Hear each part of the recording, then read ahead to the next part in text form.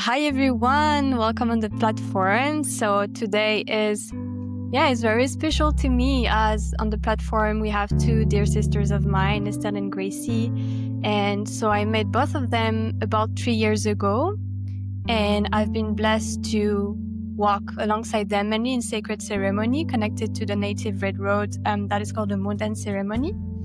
And so, for me, both of them, they've been so inspiring to me, like really so much, because I see the way they walk life with such fierceness but also grace, and at the same time they pour their heart and their soul into what they do, their art that impacts so many women. And so Estelle and Gracie, they are the founder of MOD, Modern Organic Dance and Sacred Arts, and Elaki. This is their group of music medicine. And so for me, the piece that I wanted to add to introduce them is also that, they're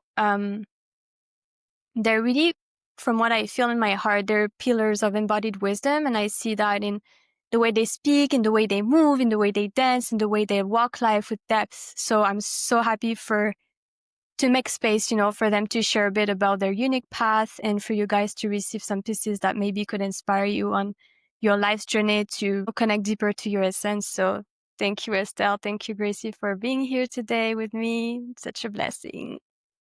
Thank you, sisters. So, I just want to ask for, a question to tune in right now energetically.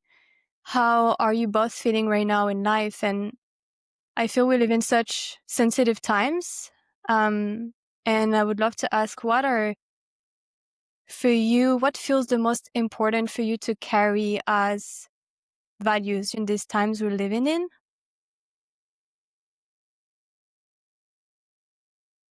Thank you so much, Megan, for having us. It's such a pleasure to be on this space, and I really also just sending you a lot of blessings on this path that you chose and this new portal that you're opening up in this podcast, just bringing more light and more, connection, and just bringing people together in this way. So just wanna congratulate you and thank you also for this work that you're doing, because I feel, we are living quite amazing times. um, I always say it's a beautiful, beautiful time to be alive, and it's also a very challenging time to be to be alive, because we're in the midst of so many shifts and so many changes. And so spaces like this where we can get together and just allow the flow of energy and information to basically come through us, because at the end, it's not like we're holding any kind of information. We're the vessels of all this information that keeps just flowing through us and towards the ears that are open to listen and the hearts that are open to feel. So, yeah, thanking you for this work that you're doing. And regarding this beautiful first question, I feel for me now it's like it's been shifting a lot as we're moving, because as everything in life, everything is in constant change and everything is constantly in this evolving, no, where we've been evolving from the beginning of times and we're still evolving now. And it's just that feeling of everything being evolving right now in a very fast and very fast paced, pace.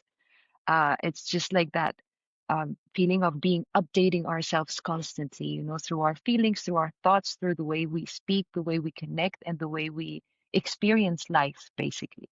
And so for me, one of the values that I feel is very important is actually, and we talk about this with Gracie a lot, is connecting our hearts, our minds, our bodies, and our words, and like having this constant connection all the time.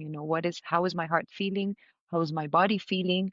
What is going on in my mind? And from there, I express myself, whether it is to ask something, to share something, to be with someone, like this constant coming back to the body, to all the bodies, not just the physical or the emotional or the mental or the spiritual one, but actually bring all of these bodies into one space, take a moment, take a couple of breaths, and then from there, take any decision from there, make any sharing that is that is needed at the moment. And so for me, it's that coherence between what we're thinking, what we're feeling, on a physical and emotional level, and then what we're saying from that space. Because I feel the words that we speak and everything that we share with verbally can be a blessing or a curse, in every way possible. And so the more we align ourselves with that oneness within and all around, the easier it is for us to walk this path, this life with love, with peace, and yeah, just basically leave flowers everywhere we're walking and leave, nice melodies and nice dances everywhere we're walking. This is what's coming through now, and I pass the mic, Gracie. Mm. I thank you, Megan. It's really, I feel super happy. Like my heart is just like beating faster as you were doing the introduction, everything, because it's been a minute now that we don't see each other, that we connect, and you've been like, coming back and forth to organizing all of this. And it just got me like, you've been talking about how you want to heal and you want to support and you want to share and all of these magical things that you want to do, that we've been sharing in a row, and now seeing this as one of the million manifestations of how you're sharing your gifts and talents and sharing the voice of women from all over the world. It just like gives me goosebumps like that. So I just want to thank you for this service that you're doing, for putting your heart in everything that you do and really recollecting information. I really believe that nowadays, with so much information, it's important that we start recollecting what's real and what can endure and what can really shift. And I think you are kind of that very magical librarian or archivist, I don't know, of the like Akashic archives of the world, like just bringing bits and pieces from all of us. So I really thank you for that, for making the space that we can just express what it is. So I'm so excited for all of this. Thank you, thank you, thank you. And see, I totally agree with the Trinity that Stella was saying, mind, body, spirit, and word, like having that coherence. And I would like, so I don't say the same things, that what was coming through me as I was listening to you all very importantly as of today, because every day we shift. This is something very important that all of us like humans need to come to terms with. We shift every day, every second, every minute. And the more flexible we are to not be fixed, the easier it is for life, for spirit, for experiences, for everything to happen, because then we know the only normal thing is shift and change every second. So if we're open to that, then we have the possibility to look at everything with, I don't know, sweeter eyes or a sweeter heart, or just allow ourselves to be that fractal and part of all of this movement, so that we can actually be the co-creator of what we're doing and not be the the resistance of like, oh no, I asked for something and then the universe is changing and they were like, no, no, I don't. And it's like, you just ask for it, dude. Like, come on, open up to receive. Mm. Sometimes we're so used to like asking for so many things, but it's not so easy to receive them or to allow them to like fit in our body. So this is something that I've been coming back and forth throughout these past years, and allowing myself to open more up to that. Like I ask, I do, I act, and then in the same intensity allow myself to receive and to understand this information, and to allow this new energy to be in my body, in my work, in my projects, in my relationship, to allow this movement to also like clear, shed, transmute, burn, whatever it is it has to do.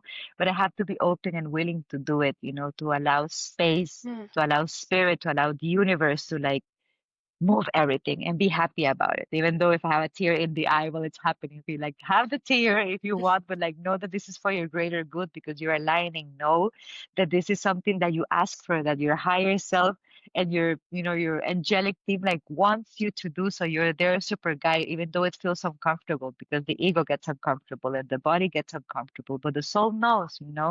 So three words are coming very profoundly for me right now, and maybe it's because I'm practicing them or trying to at least to have them more, profound in my practice. I think it will be joy, kindness, and willingness to do things. This is something super important for Mm. now to create. If we're connected through joy, then everything is fun. And it doesn't matter if we're crying or screaming, it's just fun, whatever it is, because we're connected to that miraculous energy of infinite possibilities. Whatever it is, we can do it through joy, connect to the energy of the inner child, the child that can see everything so easy, so I don't know, so amusing, so you know how kids are, they just jump from one thing to other and they don't judge the things. They're just doing them and exploring them and doing them. So when we connect to joy, then maybe we can connect a little bit more deeper to our purpose, to our mission, to our gifts, to our talents, because there's not a final product or a final place, final destination where I have to be. It's just the fun to do them where I am and then see where that will take me.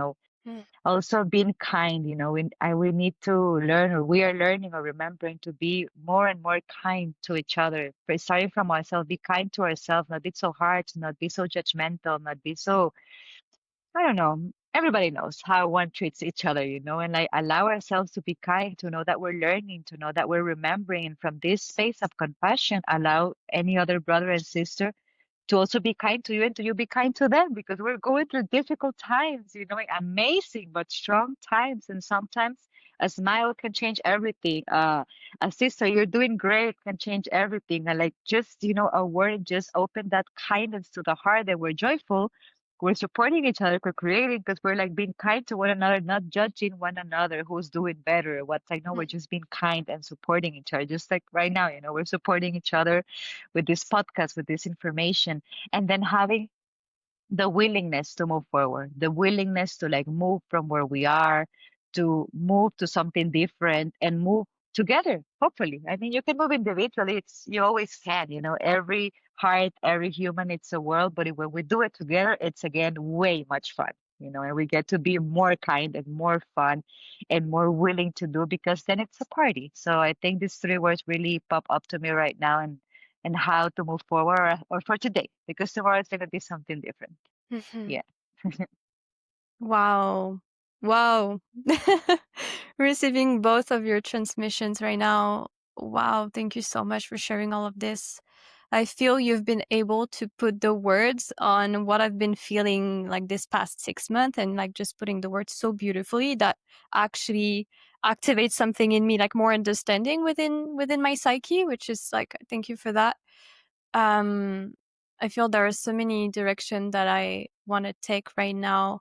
I would say the first one that is coming to my awareness is the coming back, as you shared, both of you, the importance of coming back to the present moment and to what is really meant to be shared in the present moment. And it really takes, those, I feel, mindfulness practices every day, those breaths, those conscious breaths, dances, or whatever practices that allow us to connect to this light, to the divine, to whatever we want to call it, right? I feel like I speak for myself, but this is almost necessary every single day, like to live life this way, as I'm living close to a big city and I'm quite sensitive. So it's like there's a lot of noise. So it's just like this request to come back over and over again. And speaking about this, I'm just returning from a huge, beautiful ceremonial container event from it's called Sacred Sons. It's a group of men organizing men's work in the world. But this work was for men and women, and we've been just doing the work together, coming together, going to grief processes together. That was one of the most beautiful ceremony I've ever been to, because it was the work with men and women. And so for the length of 5 days, I've been experiencing literally so much beauty, like heaven on earth, like everyone just so caring about each other. The women are taking care of, the children are just like honored, and like it was so beautiful, so beautiful. And us like really acting, living, walking as sacred sons and sacred daughters, and relating this way together. And when I left the event, it was near Seattle in United States. I go out of the event and I just spent one day in Seattle, and I've been experiencing the complete opposite in the street, like everywhere.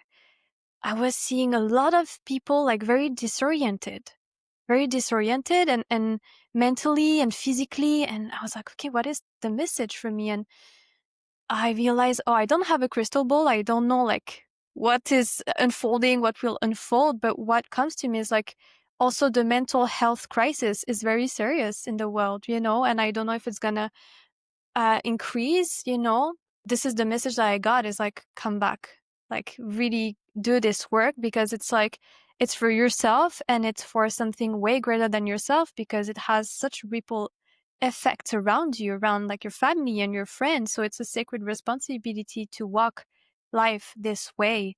And yeah, I just felt so connected to all of my brothers and sisters that I know in the world, just like choosing this path of life, because it's truly a sacred responsibility. And it's, yeah, it's so beautiful to feel, even if we're far away, to feel that we're together in that. So maybe I would love to talk a little bit about what you guys do. And so you're the founders of Modern Organic Dance and Sacred Arts.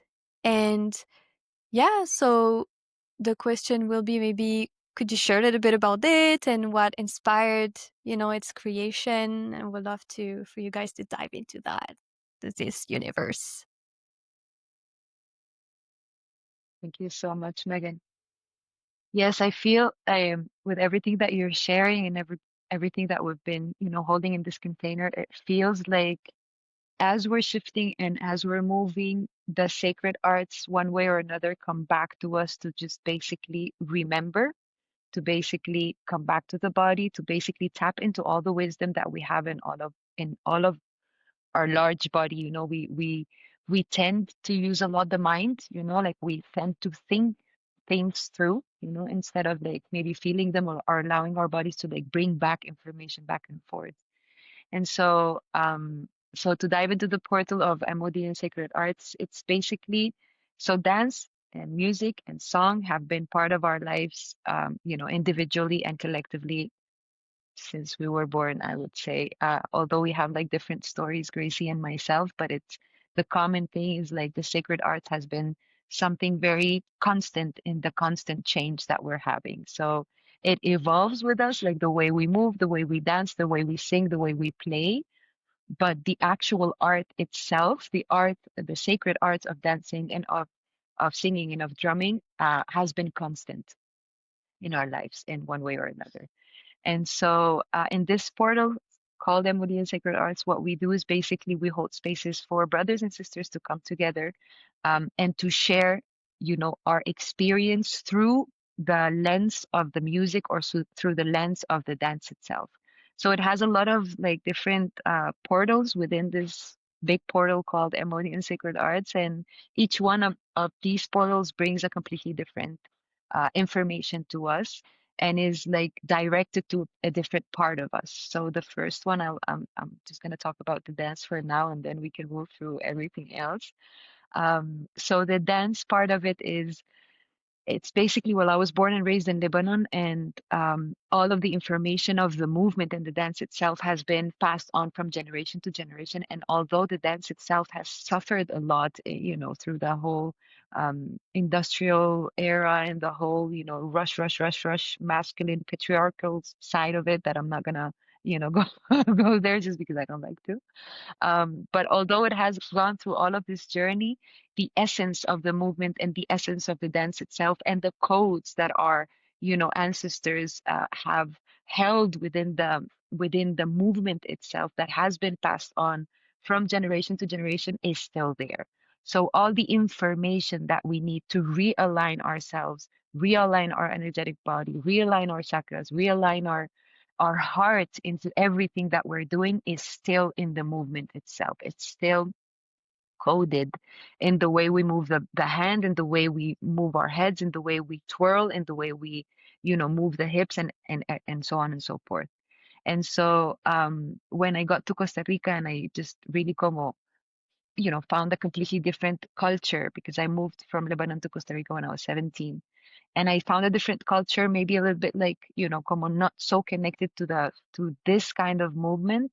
It just suddenly kind of like became my, my thing, to just spread the dance and spread the vibration, the frequencies of this kind of music specifically, because the rhythms that we use, and that's the other part of MOD and sacred arts, which is the musical part of it or drumming part of it. The rhythm that we use, the tonalities that are used in the song itself, and the way that the whole music is, weaved together invites us to a movement that is also weaved in a very specific way.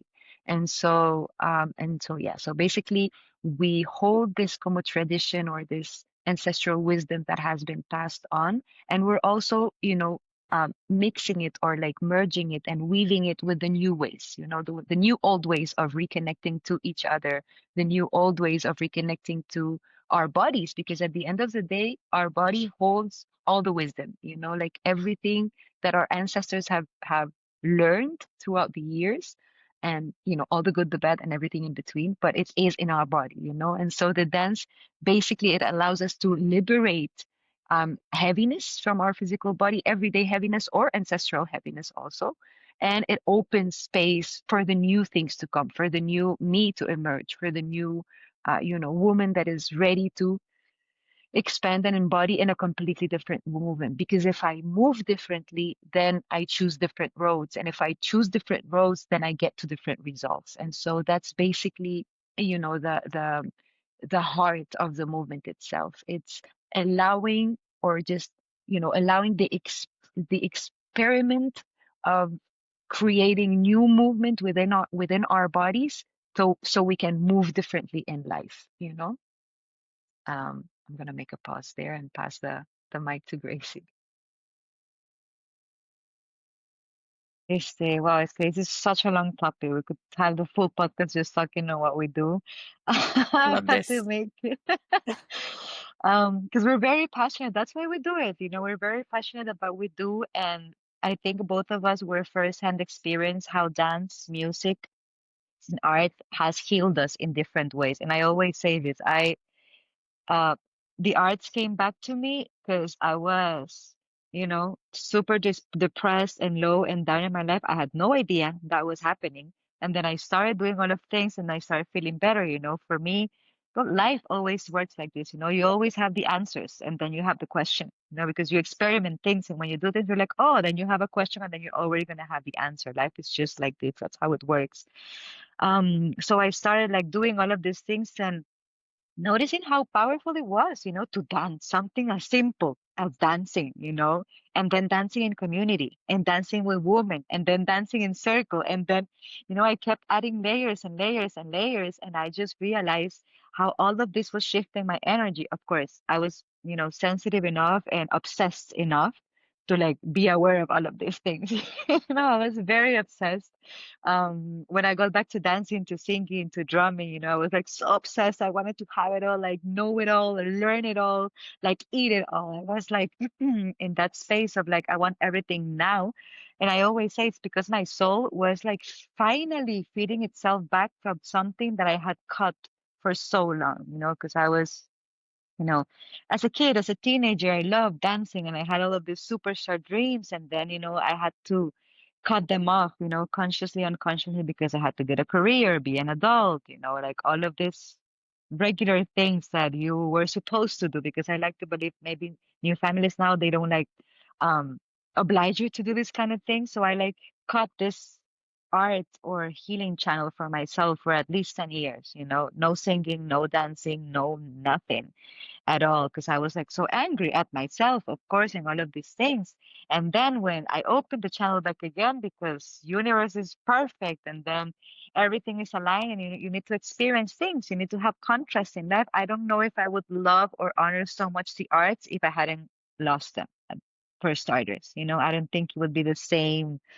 Um, yeah, like the same feeling. I had to lose them to know what it felt to be like without them, so that I could come back from a different space, So I came back to all of these things, and then I started like doing and knowing how my energy shifted and how all the mental fuss that was happening in that moment for myself, like whatever, anxiety, depression, uncomfortable in your body, and like all of these things we all have as humans, they just started like dissolving.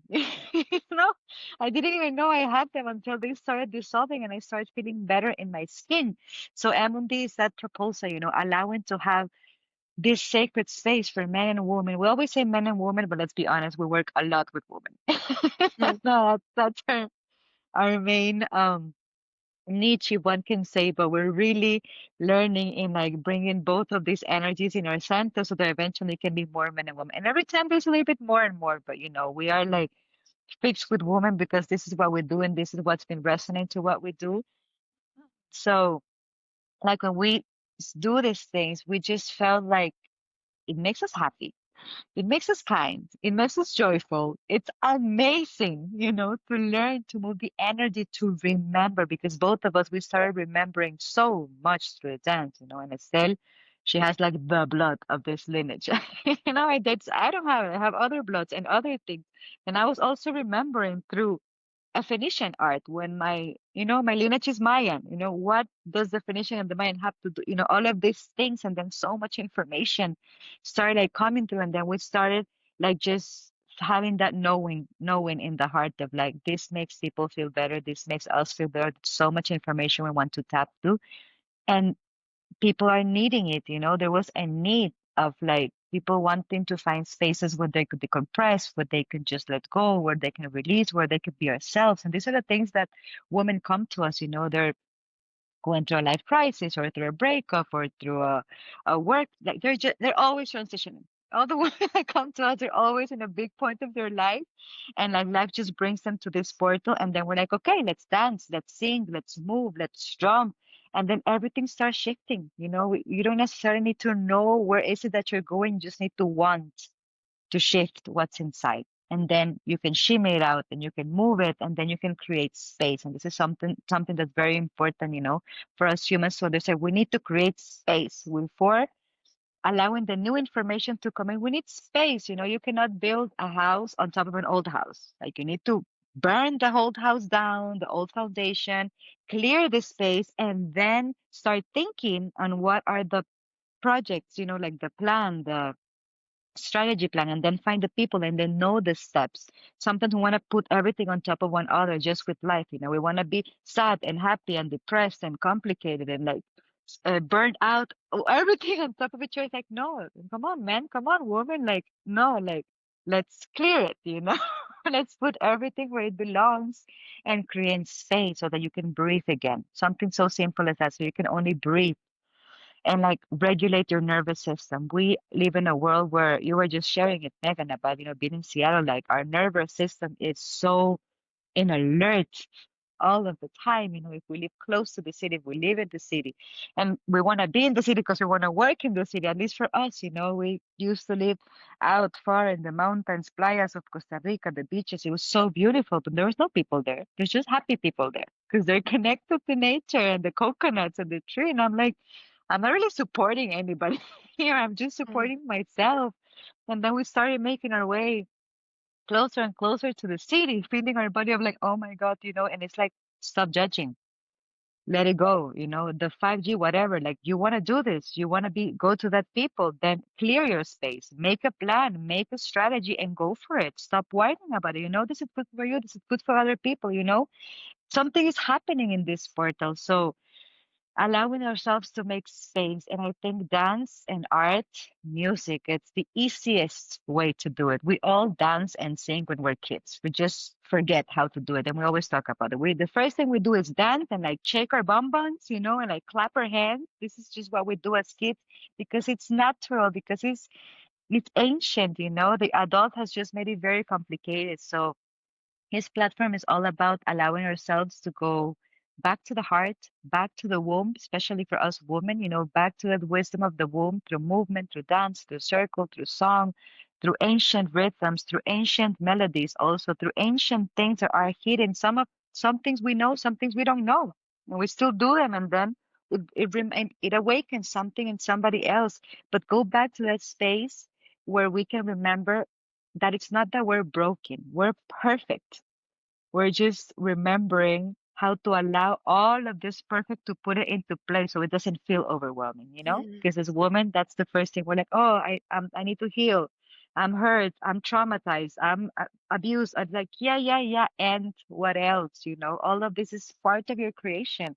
All of this is part of what you signed up there that you were going to learn, so that you were going to have contrast of the light and the dark, so that you can be stronger, so that you can move. So if we can all remember that this is just how we create life, how we do it, and then when we're ready, we can have the sacred arts to make space, to bring them back to the womb, through a song, through a mantra, through, I don't know, to sitting down in circle with a sister, through a fire, through a cacao, bringing the ritual in everyday life is something that we had to learn for ourselves, Estelle and I at least, we had to learn because and relearn, unlearn, to learn and relearn.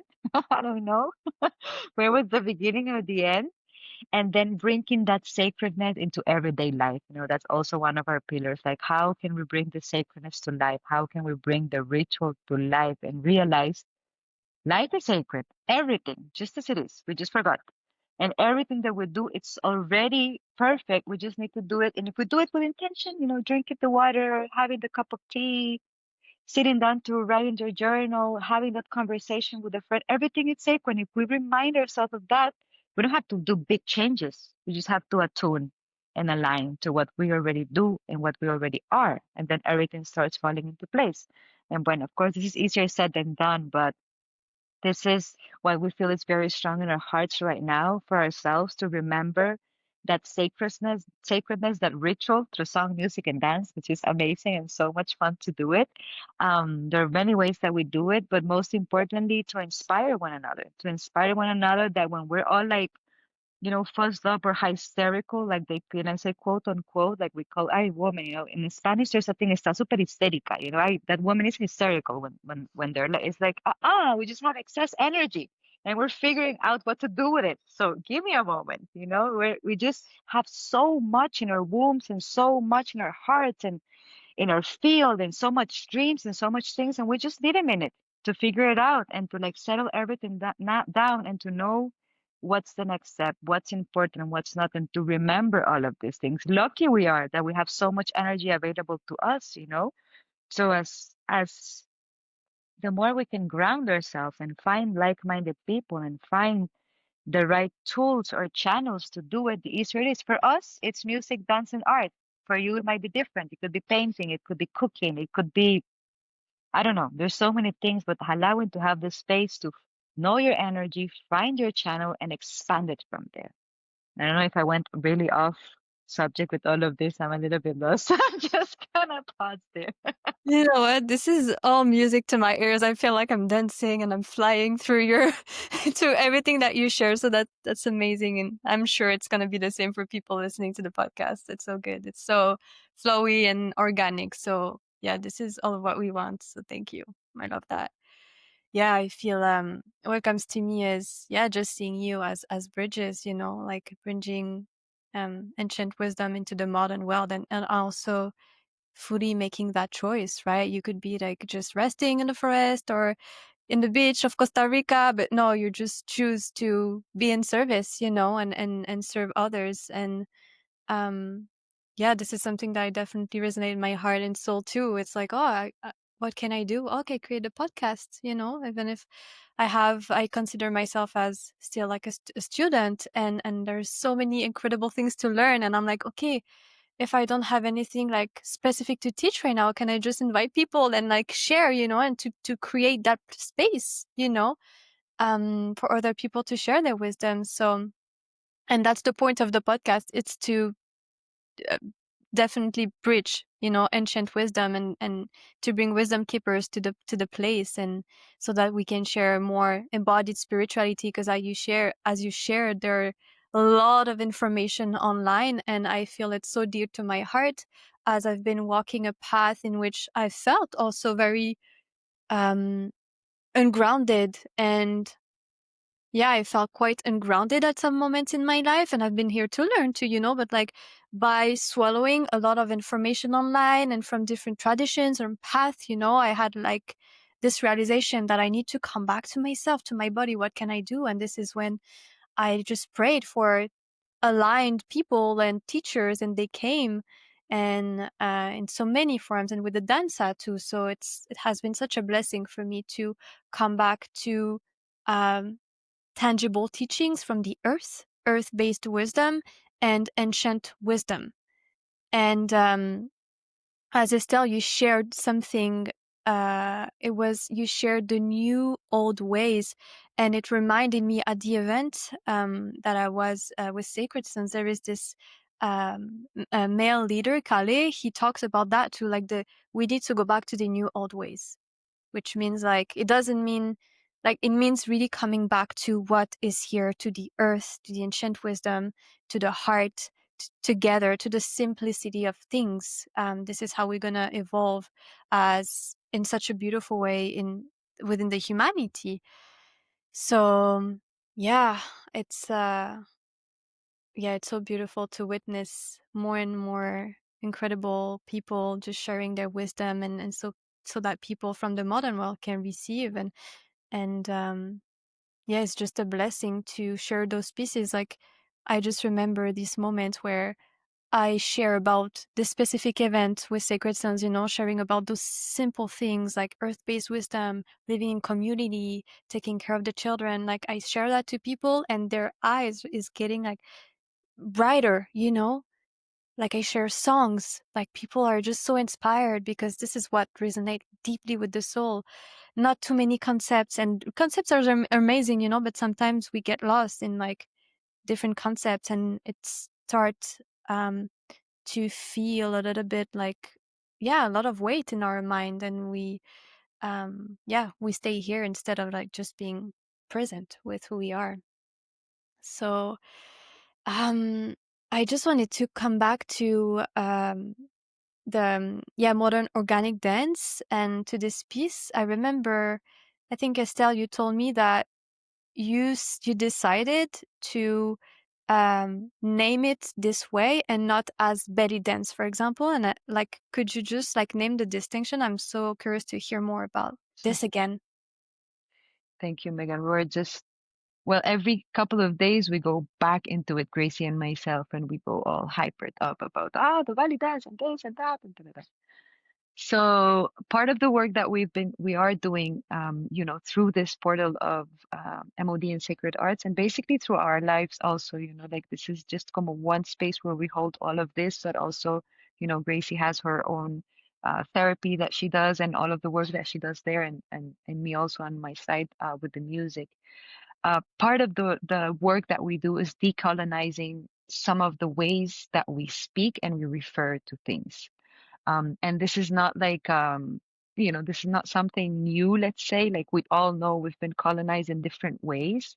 And the easiest way to actually take the information or the wisdom out of something is actually changing its name to something else, because then you start referring to the thing or the place or the activity with a different name that has a lower frequency or has a completely different concept attached to it.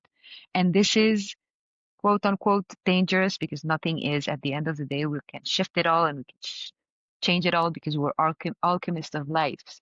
But using the correct wording to the things that you are doing is super important. And also knowing why is this art or this style of moving or cooking or eating or being or lifestyle, what is the etymology of the work? Where does it come from? And so the word belly dance itself is a rather very new, como wording, let's say. And it was used, it was created in Egypt by, like the British communities that basically came and colonized Egypt itself in that timing. And it was a very tricky time as always, with everything that this kind of movement do.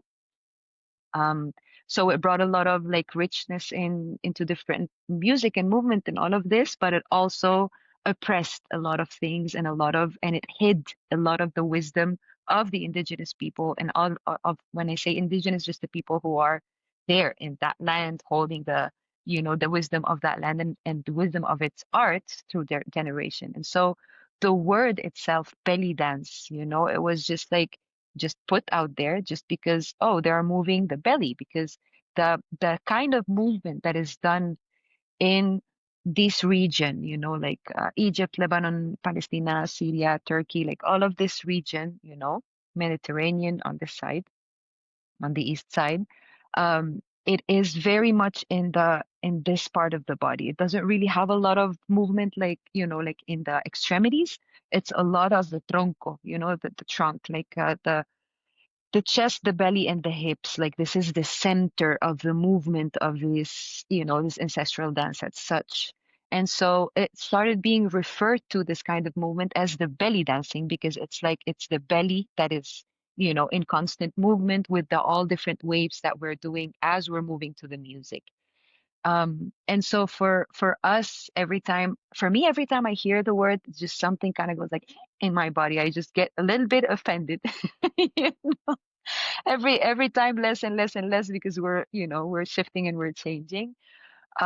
Just because, there's this beautiful dancer that always, she says, why, so if we were calling the oriental dance, let's say, or the organic dance, as belly dancing, then why don't we call the flamenco dance feet dance? Just the feet are moving all the time, and they're, and so it always like brings como a perspective, like a different perspective. It's like one part of the body is obviously like doing a little bit more, um, but it's not a reason for the whole dance to be concentrated in that. And so from there, it got completely, commercialized. And so, the Seven Veils and the Salome and the this and the that and the movies and the, it got sexualized, da, da, da, da, da, all this story.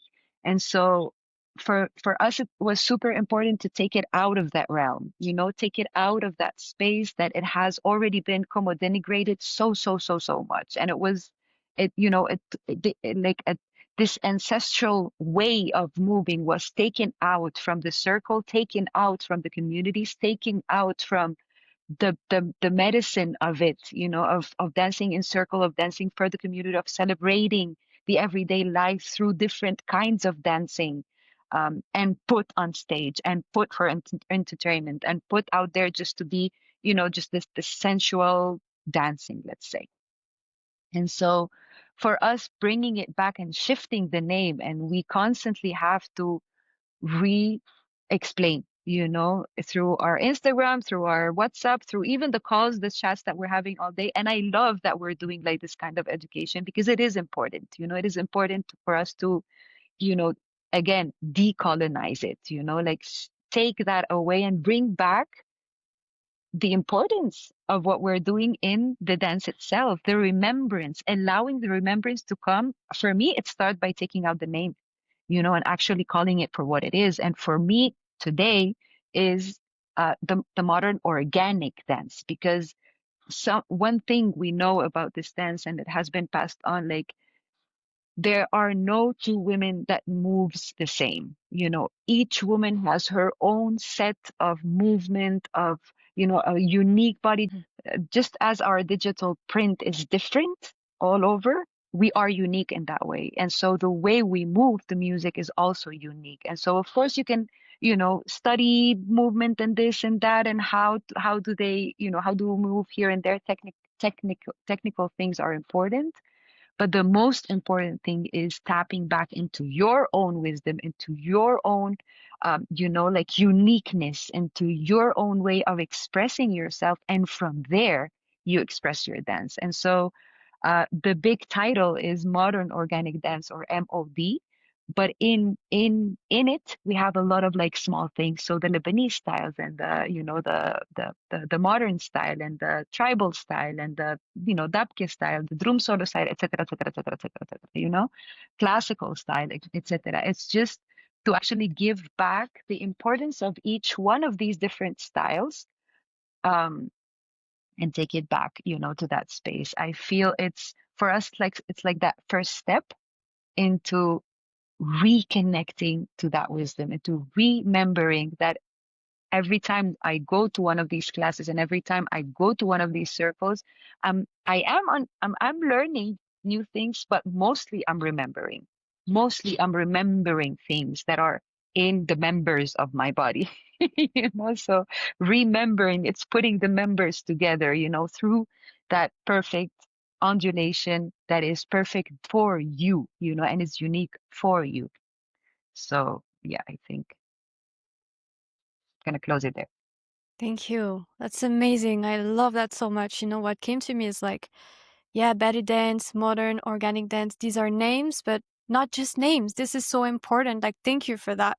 Because by doing that, even if it seems little, it's so big because you're literally participating to rebuild a beautiful new paradigm that we're all talking about. And it's through these little actions, these like not big actions, actually, you know, to take care of like feeling into the spirit of things so that you can share more in depth, you know, about what you do, about those things, and so that you can bring more spirit into what you do and into, yeah, those like, yeah, what you share right now, like the the modern organic dance rather than belly dance. It's so important and so beautiful. Like I didn't know any of that. And I'm so happy that you got to share this on the platform so that people can hear and receive that those transmissions. It's like, yeah, thank you. So good.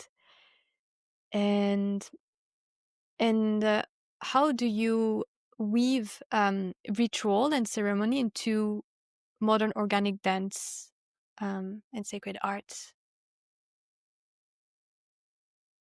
I love all the questions.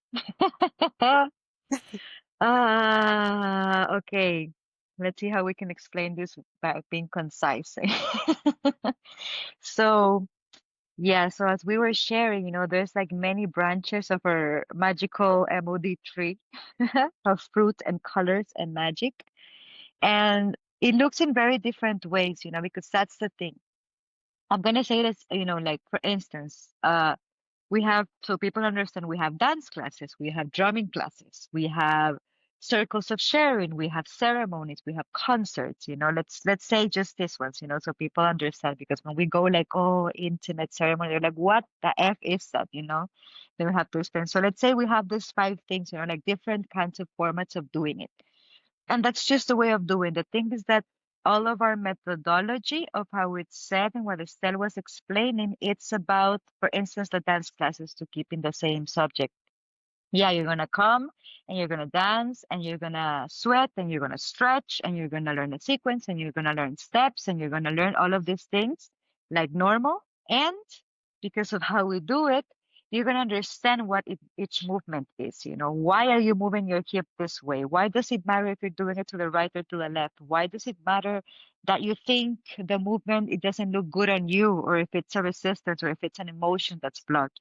Like all of these things, as we are uh, allowing everybody to remember in a class, it's the extra information of how we bring the ritual. Because I always say, giving a dance class, everybody can give a dance class. You can just put YouTube nowadays and like follow a choreography, but really knowing what's behind the essence, the movement, the energy, the music, that's when the ritual comes in for me. That's when the remembrance comes in, allowing people to like, have bits and pieces of what they're doing so that they can do it intentional. So that when they go home, for example, they're not just going to stand in front of the mirror and like do a shimmy. I mean, they are, and their psyche is going to know, hey, every time I do a shimmy, remember that I'm shedding everything that I'm holding on to.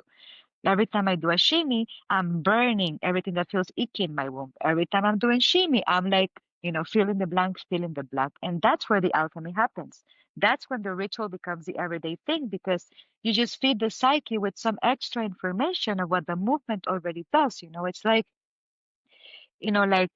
getting in a car not knowing where you're going. You'll get somewhere eventually, but if you get into the car and you put in Waze or in the GPS exactly where you're going, it's going to take you exactly there. That's the same thing with dance and how we bring back the ritual. We do all of these things and we feed the people with the information that we've been recollecting of how each movement means and how it feels in the body and how it can move a lot of things. That's talking specifically of the dance. If we move to drumming, a drumming class, yes, you have a beautiful drum and it's loud, and Estelle is going to show you your right and your length and the rhythm, the doom, the tag, the slap, and like all of this. It looks like a regular drumming class. We're all having fun. And this is where the MOD comes in, or the sacred art comes in. She knows why this rhythm, why this frequency, where is it coming from? How does it feel in your heart? How does it move your body? Like, why do you do a rhythm, a malfut for an entrance of a bailarina, and why you do a rhythm, I don't know, as a wahda kabira to make it more dramatic, to be in a trance state, for instance, that's the difference again. We're not, and I think that's the difference between belly dancing and modern organic dance, the belly dancing, or at least how I interpret it, because I know, with all respect to the community that we are part of also and everything that we're doing, because we're shifting, because we're growing, and that feels okay. For me, belly dancing is like when you're doing from here to the outside. Everything is outside. The belly and the shine and the thing and the big and the more. Modern organic dance is remembering it's not about the outside, it's going back to the inside so that the outside can be a ritual. The outside can be sacred. The outside can be something more fulfilling than the applause of a crowd, yelling for you like, oh, it's amazing. We all, and come on, we're artists. We love the spotlight. We love the stage, and we love seeing people, excited and exhilarated of things. But it's not only about that. You're not just moving your belly because someone sitting says, wow, that girl is amazing. No, you're moving your centers. You're moving your energy. You're moving alchemy. And who do you want to watch that, to be part of that? If you're doing magic, if you're doing sacredness, if you are making a prayer through movement, you also think what kind of crowd you want there that's going to support that. You don't want a crowd that looks at you and is like, the girl with the book. You want a crowd that's respectful, that's sacred, that can come in co-creation with that space and elevate the prayer, not elevate the ego and the nice or the fancy, but really elevate what's inside. And, now that I already switched into an event, a production, a show, because we do, and that is also another thing we're trying to reframe. It's the ritual theater, yeah, you would know it as a belly dance show. For us, it's too flat because it's not a show and it's not belly dance. It's so much more because there's an intention and there's a story and there's a movement and there's a process and transition of 30 plus women that have been like rehearsing, and not only rehearsing, going through their shit so that they can put their heart out, and then they can make a prayer, because dance is move. You know this, Megan. I know you know this. Dance is prayer and movement. And then we invite the audience, their family, friends, people that just, come to see, not to just see, to be part of the magic, to remember, to honor the woman, to honor the sacredness, to not be impressed of like, oh, her hips, no, to be like, oh my God, her power. There's the difference. It's not about seeing of like, oh, so gorgeous, being like, oh, like, it's better to be speechless than having something to say. And this is what we want. And then we bring the people in, and then we co-create, and we have messages, and we have sounds and frequencies that are specially thought of or felt for, so that we can go into a healing journey. So the crowd comes out of our ritual theaters transformed. They don't know, some they don't, and that's also amazing, because we don't need to know. Nobody needs to know, but something changes in their heart, after what they've seen and what they experience. And then there's, I don't know, 100, 200, 300 plus people that something changed, and they're going to go to their world and just like have this remembrance or this memory of like crazy woman dancing on stage in music and magic, and just like a fairy tale, kind of like a vision, if you please, if you may. So there are many things in how we do it, but this is how we try to do it again. Bring the intentionality. Like if we're doing women circles or men and women circles, with cacao, with fire, with song, the same thing. It's not just about doing the things, it's knowing that the song has a meaning that moves a specific part, the rhythm has a thing, that the collective that we're doing, like we come into a circle, there's something that collectively we want to transform and we want to elevate, and we tap into that, and we bring it higher. Sorry, and we elevate. So then at the end of the day, life is the ritual is the life, and the sacred, it's life, and the other way around, for us. And we've been learning, and we're still learning so much to allow everything to be in that space. And it's very hard to explain this to people, which is, I would say, the downside. It's very hard to tell people, no, I don't do belly dance, but I kind of do, then having to go through this whole conversation of like, or yeah, I'm gonna do a concert, but it's not really a concert, it's a ceremony, kind of thing. And and we're up for the challenge, we're up for the challenge, because at the end we know that people or brothers and sisters, they just need to give themselves the permission to come once to any of the spaces. a dance class, a drum class, an intimate concert, a ceremony, a sweat lodge, a show. Like you just need to come once and then you remember. And that's where the magical part happens. And then we tell people, now you tell me, how would you explain this? You know, how would you put words into this? And then something shifts in people. And I think that's for me, it's one of the most magical things to just see how, like you were saying, the eyes go brighter, the heart sparks, they have no words and they just want to hug you and or they're just like in shock or they just start saying nonsense things because the mind cannot catch up to what just happened in the heart, you know? And that's the magical thing. So it's super humbling and super inspiring for us, for me. I know for you too, Estelle, but more super humbling. And like, I feel so honored that right now, because maybe this can shift. Maybe we're going to have a podcast in 5 years. It's going to be a different story. But for now, that it feels so good to be guardians of this type of sacred arts because there are many ways of sacred art. And it just feels so good to be a guardian, to create safe spaces for people to just come and commune with themselves, to remember something, to just be in this energy and allow them to go or move wherever they need to go. And that's also something important. We don't do this because we want to change them or we have, I don't care. I don't care if people grow or not. It'll be amazing if they connect to their heart for sure. But if they don't, that's their path. That's their process. That's what they're signed up for. That's how they get to experiment life. And that's okay because we all get to experiment life in a different way.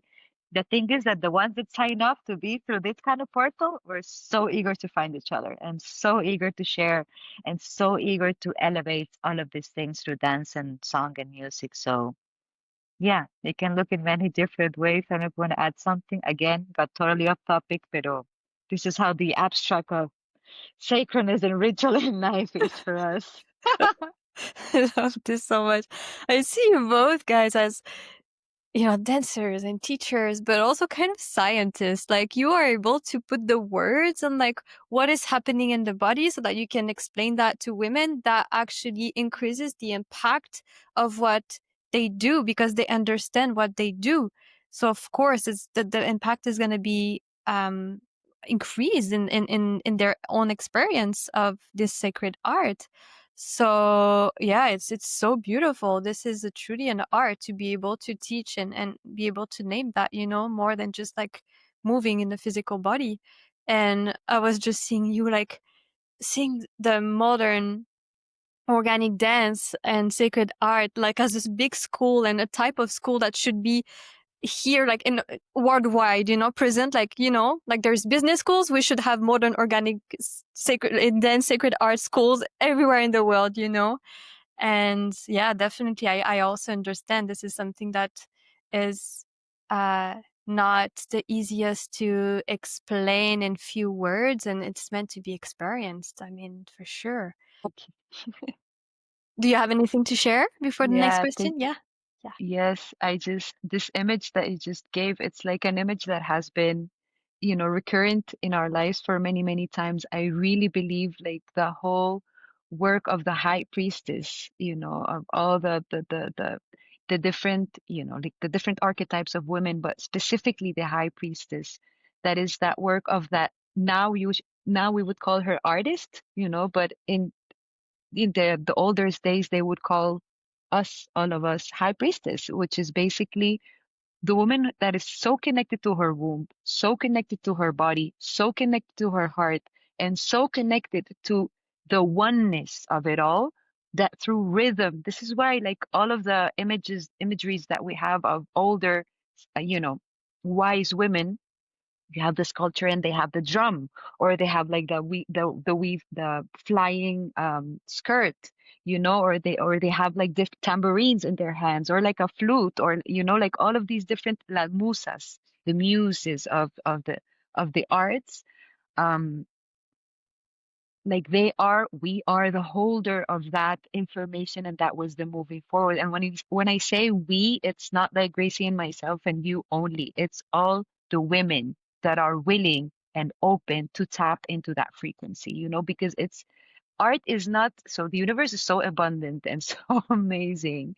It doesn't say, oh, I'm gonna give her the art, and I'm not gonna give her anything. It's like we all have all of that. We can all tap into all of this information and all of this energies. And so just this image that you just gave of like the modern organic dance and sacred arts of being a school everywhere, it's actually, for me, it's the remembrance of those muses, it's the remembrance of those channels that we can just open. And these channels are opened starting by reconnecting within the circle, starting by reconnecting to the new old ways, starting by coming back to how does nature move, how does a tree move, because at the end of the day, how did the whole dance started? We were imitating nature. We imitate the movement of the water. We imitate the movement of the wind. We twirl like the earth twirls around the sun, and like the moon twirls around earth. We are, recreating our nature. We are recreating everything that we see and feel around us. And so this is why it's called organic dance, because it's basically just natural. It's just the organic way of moving. The same with sound, when you're singing like the bird, and you're singing like the movement of the trees, and you're singing like the sounds all around, and you're adding to that universal song. The same with the rhythm. When we understand the rhythm of nature, the cycle of it, of her, how when she goes into the winter, when she comes back into the primavera, le printemps, how do you say? Spring. Thank you. The spring, and when she goes into the summer, like all this rhythm, and how much does it take for her from one to another? When we come back to that rhythm, the rhythm of the moon around this, around us, around Earth, and the rhythm of our own womb. When we reconnect to the rhythm, and we can totally do that through a frame drum or derbaque or a djembe or just a maraca, just a small maraca, we can reconnect to that rhythm. And when we are there, we're an open channel for all the information to come, the information that serves me, my family, my community, my, you know, continent, my planet, my universe, because I'm just part of it all. And it starts there, tick, tick, tick. It starts, it Mm-hmm. starts there. So thank you for like putting that image out there, because I feel it's already happening one way or another, We're all again remembering. And when we all remember, or just a certain amount of us remember, because we don't need all of us to remember, just a strong amount of people to remember, so that all of this can start shifting, and we know this is not going to happen from one day to another.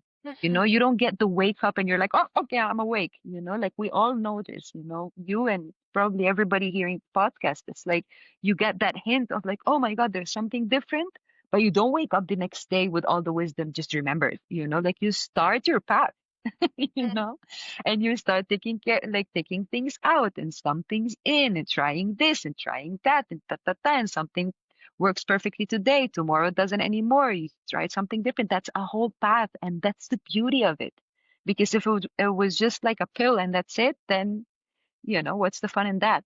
The fun is actually all of this that we're doing, playing and talking and thinking and meditating and dancing and moving and coming back to the Mm-hmm. rhythm, and then finding our way back. It's the beautiful way of dancing our way back to remembrance.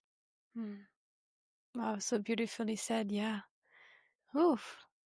Yeah, the point is to also be patient in cultivating every single day the path, and getting to know ourselves and on this path, and yeah, watering, choosing, because it's we live in the world of choice, so it's a question of choice and choosing every single day to water the seeds that we truly want to see grow in our lives. So yeah, definitely. Thank you for that.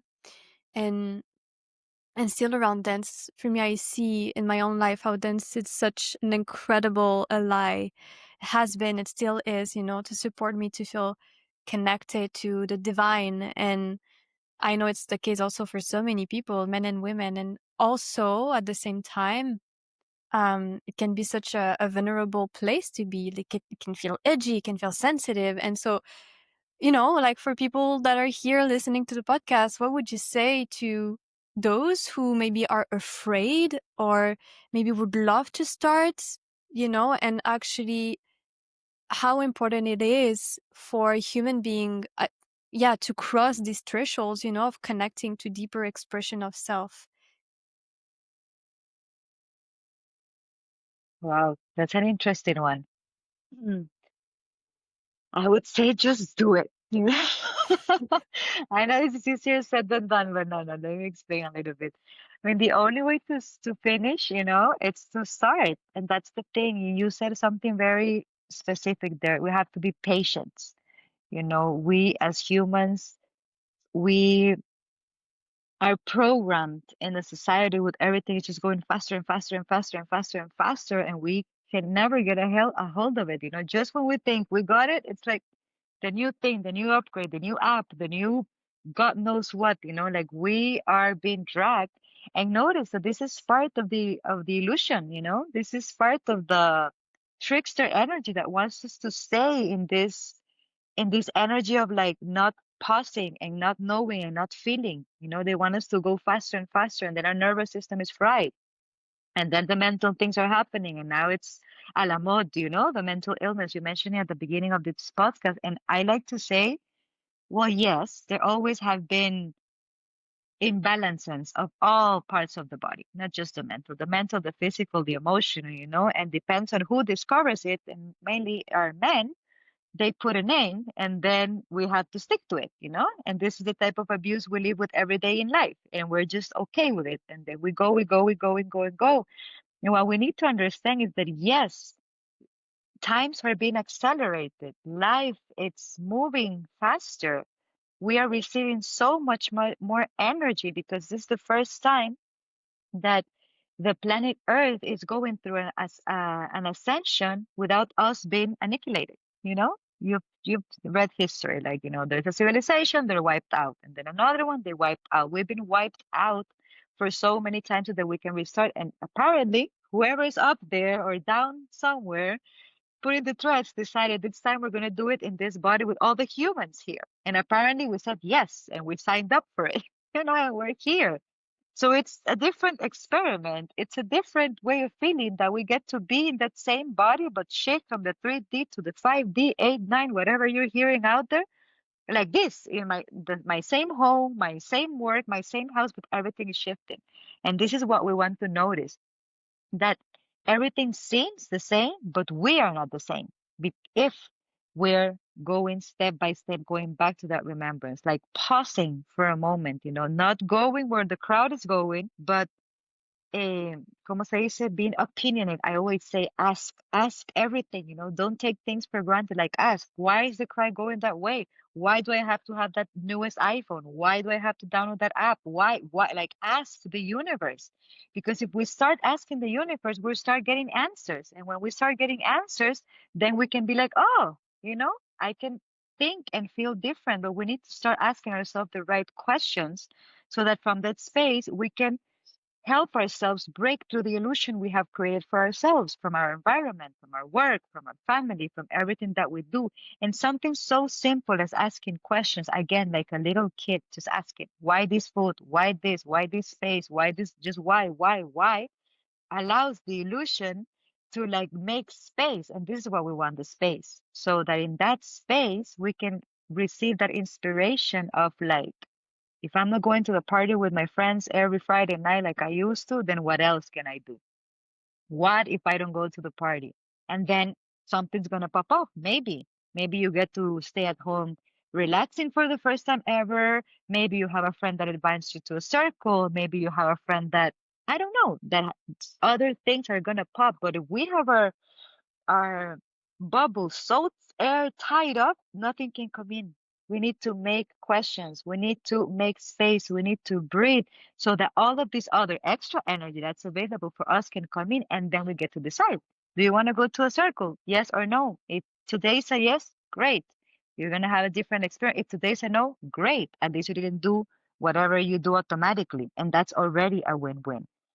So I guess what I'm trying to say is that we need to allow ourselves to do things different just for the fun of it, to not for a final result. And this is something that it brings me a lot of peace. Sometimes when I think there's a final destination or result, I get a little bit of like, like anxious. So if I know there's not a final destination, then it's easier in my heart. I don't know if this works for you.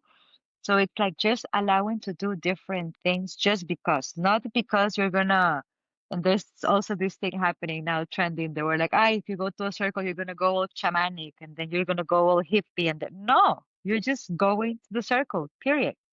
To enjoy your friend, to trust your friend. That if you trust that friend enough to take you to spaces where that friend wants to experience, or you're just going to climb a mountain, or you're just going to listen to a different song, something so ridiculous as listening to different music. We have the same playlist on Spotify and the same things. And maybe what if you listen to a medicine music song? What if you listen to a mantra and see how your energy shifts? So we need willingness. That's why it's one of the things that I mentioned at the beginning. We need to want. We need the will to like try things different and know that it's okay to try this different. And this is not going to change who I am. It's just going to change. And then we'll see what changes. Because sometimes we're so attached to our ego, to our character, to our personality that we don't want to change that. We know we've been investing years and years of time and energy into this character. You don't want to break it. But sometimes, some characters need to die from the movie for a new chapter to come in and be transformed and this doesn't mean that it's good or bad. It just means we're growing. It just means we're shifting. So making space, I think that's the thing, like making space to allow yourself to be in different situations and then know how this thing. Sometimes we judge at the beginning. I have so many friends. We see it a lot, it's not even friends or people, clients are like, oh, I want to come to this. And they like ask and ask. And then they're so scared to try something new, they don't come at all. And I always say, like, just try. Don't say it's terrible before you haven't tried it. You cannot say you don't like pizza if you've never had pizza before. You cannot say you don't like the hippie vibe if you've never been in an earth-based space before. Like you have to try and then you can think for yourself, not what you have been programmed, because we all have been unconsciously programmed to think that these things are not right so that we can be in the rat race. And we're trying to get ourselves out of the rat race and come back to the space where we can think and where we can experience. And if we like it, great. We have people that come to circles and it's another thing, but they take a song home or they take a connection with someone, and that's perfect. It was just something different. Maybe the singing and under the moon and the fire, it's not their thing. That's okay. But you just have to try, because when we try, we shift the energy. When we shift the energy, we make space. When we make space, we allow the new information to come in. And it's super important that we remember that a lot of information is coming into us, to our body, to the planet at high speed, constant speed. And when we feel overwhelmed, we just need to make space so that the energy can come, because the energy wants to come into our DNA, wants to transform our DNA, to transform our cells, to like crystallize our body. And for that, sometimes we just need to sit and look to a tree and allow the energy to move. So yeah, I want to pause there. Megan, you shared something at the beginning from the experience that you had in the ceremony, and now everything that Gracie's sharing, it brings me back to that you shared, that the honoring of the kids. And for me, it's one of the east like the fastest way to actually open up, like Gracie was saying, to make space, because the kids always make space for questions, for play, for hugs, for love, for talking, for sleeping. They make space for everything because they live in the eternal present. So honoring the kid energy within us is actually allowing ourselves to go into new experiences, just like as Gracie was sharing now. So part of the, I think part of the work that we do is remembering that we have a very, very, very wise inner child, you know?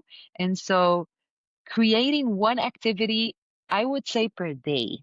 I would say all the time, actually, but like per day, or if it's per day, it's too much, per week, just to do something that your inner child would just wants to try, because children, they try everything. Kids, they try everything. They try the new food and the new game and they go to new places, and they ask all the questions they can ask in 1 minute. We are now living with my nephew, and he asks questions all the time. And I'm like, oh my God. But that's it. So honoring the child, the kid, the inner child that we have inside, and actually allow ourselves to ask, allow ourselves to try new things, allow ourselves to just dance like a crazy child, it's just part of us allowing the wisdom to come back in, allowing all of this new information to come back in. So I would say, one of the easiest, joyful, kind way of healing, of remembering, is giving space for the inner child. So just do one thing this week or one thing today, you know, to just please. Just yesterday, I got a message from my sister on Instagram. She was like, when I was like, have you ever danced? She wanted to come to a dance class. I was like, have you ever danced? She was like, when I was a kid, I saw a novela, like a soap opera.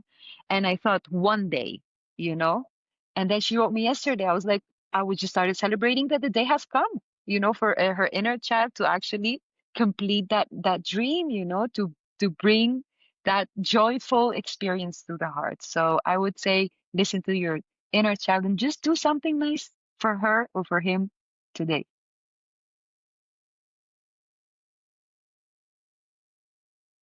I just love that so much. I was just walking with my mom a few hours earlier and we were at the store and she just bought some like little cakes, that she used to eat when she was a child. And I was like, that was so sweet, she was just like feeding her inner child. And I love that. That's so important because sometimes as an adult, like the mind can be a trickster. So how can we just surrender and to curiosity and open ourselves to new experience, as you shared, Gracie?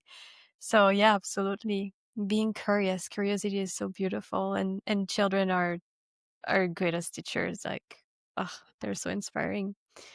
Yeah, and we haven't been speaking yet about your group of music, Lucky, and I just wanted to ask you a little bit of questions.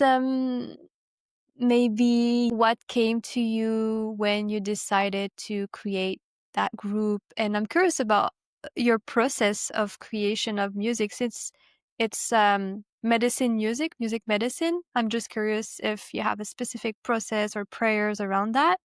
Would love to know. Um, well, that's a whole new chapter, like whole new chapter of the podcast in our lives. So I'm glad we're jumping into that. I feel so the project itself, it started. So music has been part of our lives forever. Like we're both pianists. Grace is a beautiful, amazing singer. We're both drummers. I play all different kind of instruments also, and so um I remember the first time I heard Grace, because I didn't know, which she didn't used to share, that she's a musician or a singer. And the first time I heard her was actually in the shower. I was like, what? And I just like sneaked into the shower, and then when she finished, I was like, actually recording her in the shower going, singing. And then when she finished, I was like, what, like, when were you going to share this, and so we sat and talked about like our journey through music and this and that. And so the moon dance had a very, very, very important part of our healing, the moon dance ritual, because it brought us back to the simplicity of music. Like when you study music and when you are in the music industry from a different space, you are more into that como the complicated part of the music, the complicated sequences, the complicated songs, the complicated notes, and all of this. Not to say that I don't love this. I love all of this, but also it can create a contraction in you, and so you decide to, oh, I'll just better not even. I'm just not gonna even go there. I'm already past the age. Which is something that I hear a lot of musicians and just yeah, artists around the world just say it like, no, I'm just past my prime time. No, the prime time of like, you know. And so um the danza de la luna, the moon dance, it brought back the simplicity of it. What words in a very simple word with a very simple beat can do to you, to your heart. The healing, that just repeating that same, you know agua en mi cuerpo, just that word, water is water is my, earth is my body, just that, repeating that, what it can do to you in the understanding, in the remembrance, in the healing, in the belonging part of it. And that's, I feel that the medicine part of it, the music, just recovered a completely new way for me through the moon dance, going back to the simplicity of it, it's like yes, of course, you can create this very complex and like beautiful kind of music, and that's perfect. And also, you can just go to the simple part of it, like simple words, just simple truth, and just obvious things, even, obvious things like Earth is my body. It's just so obvious, and yet it's so weird the first time you say it. Water is my blood. So obvious and so weird the first time you say it. But just repeating that, it does something to you, it does something for your understanding and of your belonging to this planet, of your belonging to Earth, and of the similarity of all of us, of how equal we all are, because Earth is all of our bodies, water is all of our bloods, air is all of our breath, you know what I mean? And so it's like it takes you back to that oneness and that unity. And from there, we both of us, we just went like, okay, no, we've been doing this the wrong way. We've been saying no to this and no to that music and no to this and trying to like repeat old like classical songs or whatever. Let's go to what is alive for us now. And so we started the project. It was actually in the midst of the pandemic season, the pandemic times of the COVID time and all of this craziness that happened. And it was beautiful because it basically allowed us, we lived in a whole new portal of medicine, music, and creation, as we created our new music, our new sound, the way we were sounding back then, which is 2020. That's 5 years from now. So now we're sounding completely different because we are completely different, and so we are completely evolving. And our music now is completely different from the one from 5 years and from the one from before. And none of that is better or worse, or it's just different, because we are different. At the end of the day, it's just a pure expression how we are feeling here and now. And so when you ask, and I love this question, like how is the process when we're creating the songs.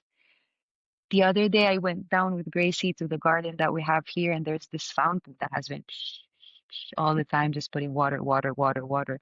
And then Gracie like just went to the tree. When she came back, a song was just like in my mind over and over and over and over and over again. And so I just hummed it to Gracie. No words, just a hum.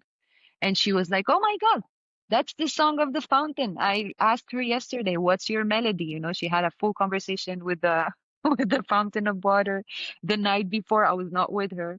And then when, I came back down, this song kind of like I heard it. And so I started como humming it. And then I sang it to Gracie, and she was like, "This is the song of the fountain." And so how do we create this? I don't have a clue. It's just at some moment, just when the energy is right, when you are clear enough, when you're just, it always happens when we're grounding, and we're just like sitting down and grounding and just getting to that silent moment. And then boom, the song or the words or the music or all of this comes through.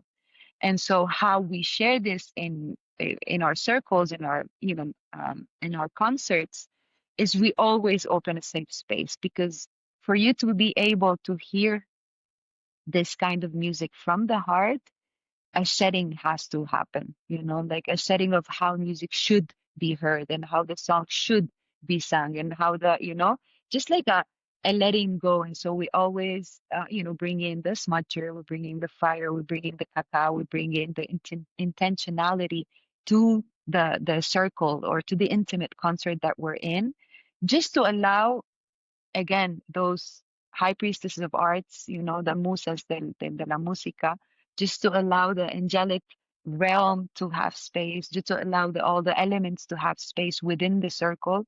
And then from there, we just open up so we can be the channel. And so every concert is completely different. And every song we sing, even though it's the same song, in every concert, it's completely different. Sometimes I just look at Gracie, I'm like, where did that came from? And she's like, oh, like in a completely different realm. And it's so different. And it's not that it's better or worse every time. Again, it's just different, because that's the medicine of a live music. When the music is alive, there's no way of like containing it into a square, like this is how you should sound. it's alive. So it's always going to be shifting and changing and evolving and devolving and like recreating and transforming and alchemizing. That's the medicine of the music. And then when we allow that to happen in a concert, in a circle, when we're singing and dancing and drumming and doing all of this, we allow the frequency of the sound, the vibration of the sound, and the undulation of each one of these vibrations to actually hit our bodies, energetical field, our energetical body, where there's dissonance. And where there's dissonance, it just dissolves it and harmonize your field. And so this is why you come into a concert and you come out of a medicine music concert completely different, because all the frequency of that voice, of that rhythm, of that the frequencies of even the instruments we use, because we use very specific instruments with very specific songs, because it's the way the song came through, and that shifts something in you, in the audience. And at the end of the concert, this happens every single time. You have people standing up, dancing, and then crying at the end. It's like there's a whole thing, happening. So yeah, it's a beautiful, beautiful, beautiful experience. I pass the mic.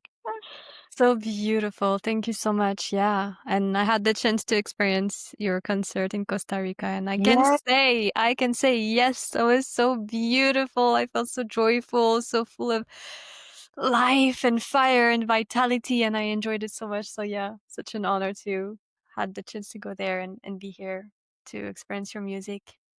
And yeah, from what you shared, like I understand you're literally a vessel for the things, the music, the whatever come through you when you're just like writing and sharing the song. And yeah, but yeah, you have to be grounded.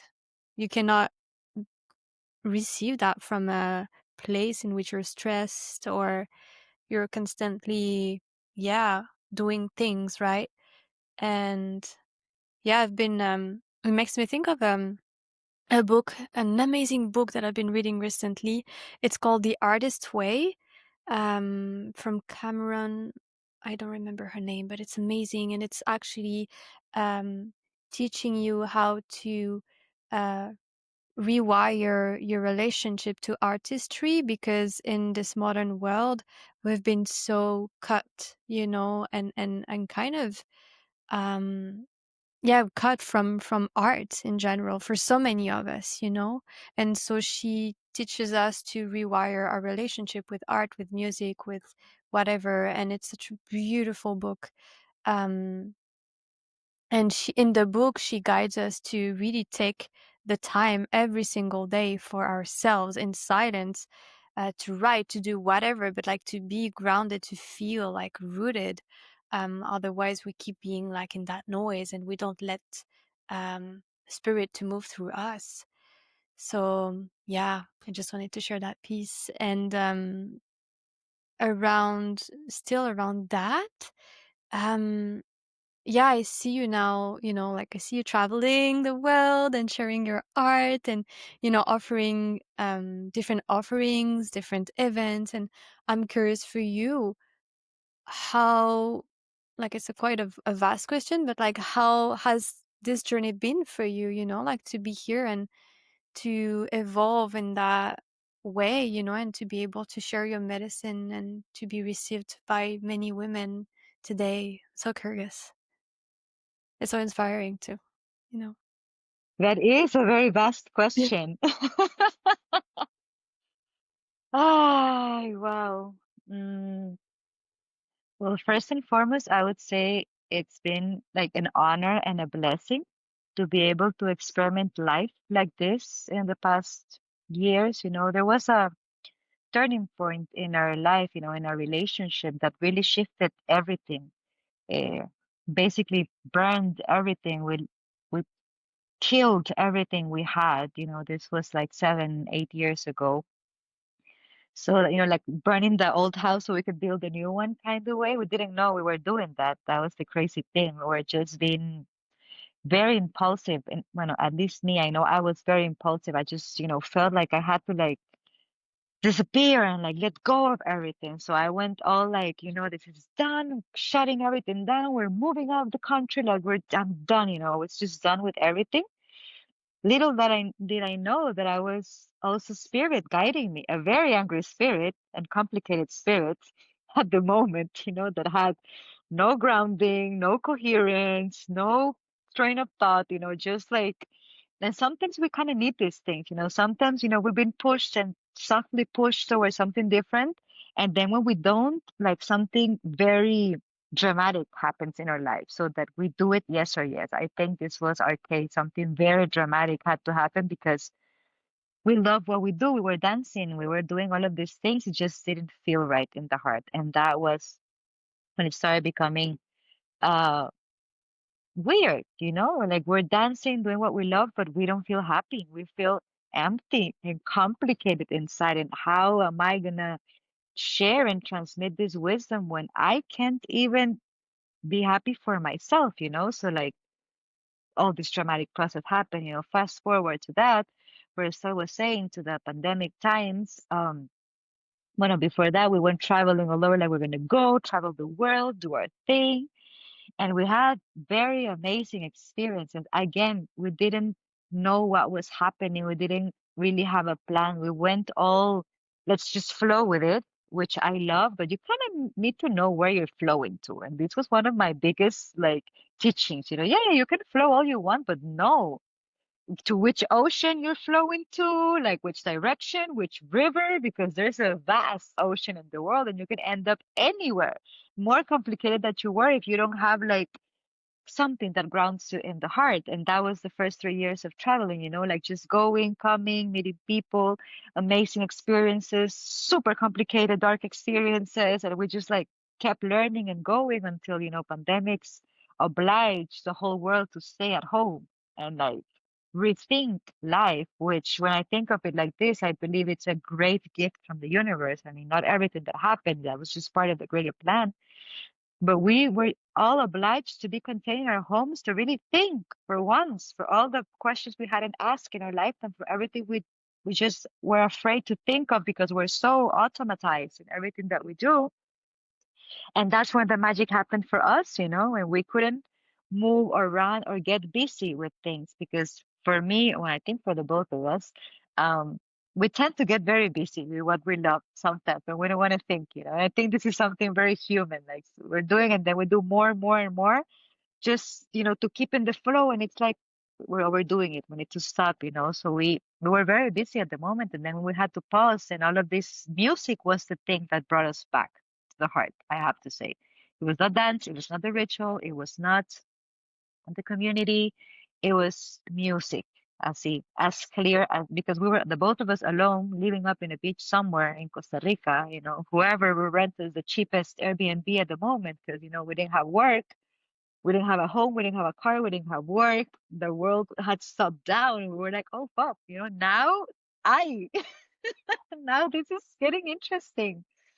And that moment of like deeply not having quote unquote anything just made us pause and be with ourselves because nobody would, we couldn't do anything really, and all of our work has to do with people, with safe people and be in touch with people. And that was cut down. Also, you cannot see people. People are contaminated, all of these things. And then music came in like, I want to say like a beautiful whisper just to make it very romantic, We had our drums, our ukulele, our, our things, some things. And then Estelle, she's an amazing musician, of course, but she's very good at like feeling and listening things. And she just started like feeling into this song, and like this song, it would go like doo-doo, doo-doo, doo-doo, doo-doo, doo-doo, only this for days and weeks, just this chunk of melody, like doo-doo, doo, and just she would just loop and loop day and day in, day out. And I was just like, mi amor, like what? She was like, I have this song. It's like coming through. And I'm like, what's the rest of the song, please? They're driving me crazy with like this same 8-second melody. And now when I see it in retrospective, it was a beauty. I didn't know that in the moment, but it was her really opening that channel that had been shut down for so long, she could hear something, but she had been disconnected or whatever, just, her energy somewhere else, that the music channel was not a thing at the moment, not so strongly as it is now.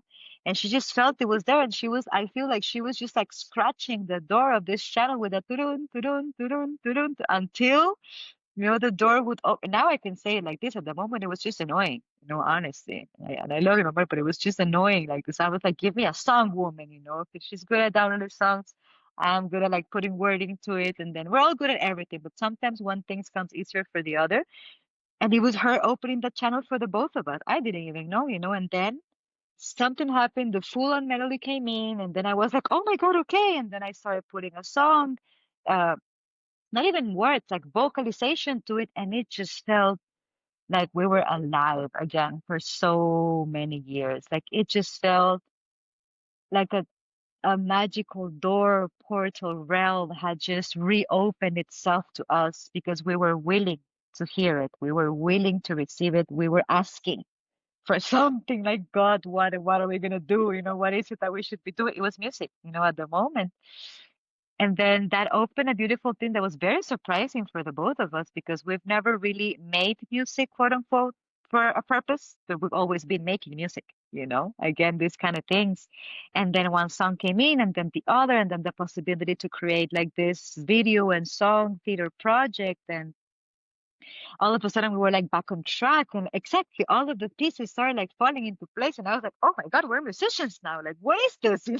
Like, and we just kept going, and most importantly for me also, we just kept allowing the medicine of the songs. And I always say this to shift us, because we would be singing, either medicine songs or the songs we love from other artists or from ceremonies. And we just kept singing them and singing them and singing them I'm sure that was the medicine. I was, whatever song is a heart song or a freedom song or a healing song, we just kept singing and singing, and we were being healed without knowing because we were having fun. We were just singing music, doing our things, all of this.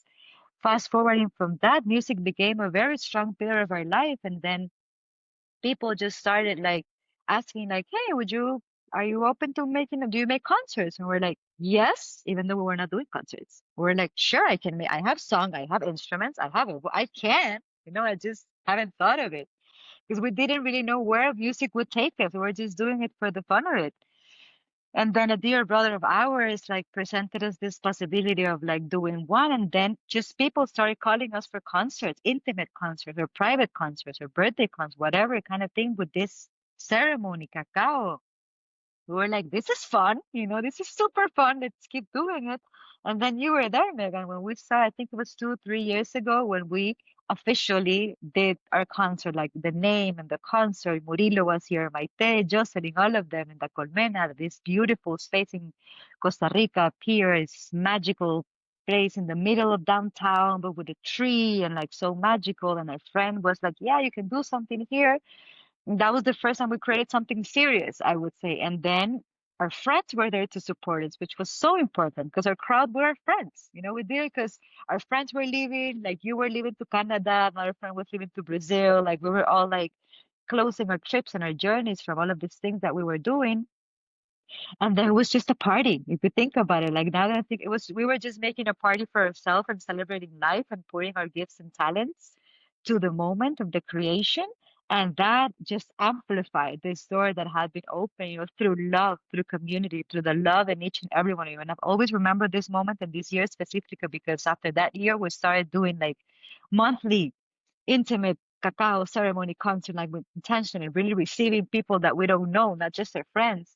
And then seeing how everything was shifting and shifting and shifting, that now we're here, We just kept doing music. We just kept refining the songs.